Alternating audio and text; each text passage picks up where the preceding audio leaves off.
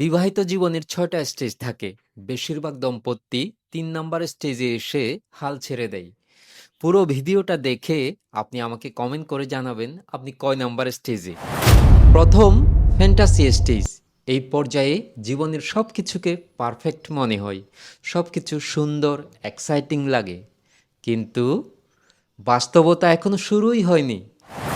দ্বিতীয়, reality check stage. এই পর্যায়ে পরস্পরের মুখোশ খুলে যায়, একজন আরেকজনের খুঁত, দোষ, স্বভাব সব কিছু দেখতে পাই।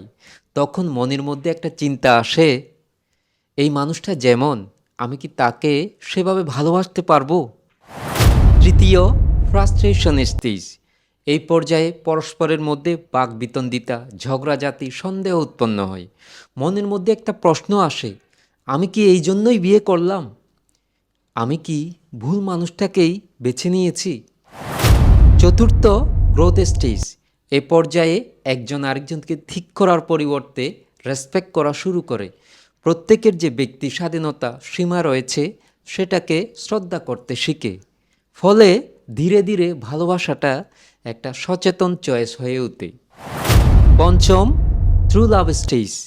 এ পর্যায়ে জীবনের নানা ঝড় ঝঞ্ঝাট, একজন আরেকজনের সবচেয়ে খারাপ দিকটা দেখার পরেও সিদ্ধান্ত নেয় একসাথে থাকার। এই বন্ডিংটা হয়ে উঠতে খুব গভীর, খুব আন্তরিক এবং শান্তিময়। ষষ্ঠ, লিগেসি স্টেজ। এ পর্যায়ে কোনো চেষ্টা না করেও তাদের সম্পর্কটা একটা উদাহরণ হয়ে যায়। তাদের প্রেমের কাহিনী অন্যদেরকে ইন্সপায়ার করে, তাদের বন্ডিংটা দীর্ঘমেয়াদী হয় এবং মিনিংফুল হয়। এবার আপনিই বলুন আপনি কোন স্টেজে। ভবতু সব্যমঙ্গলং।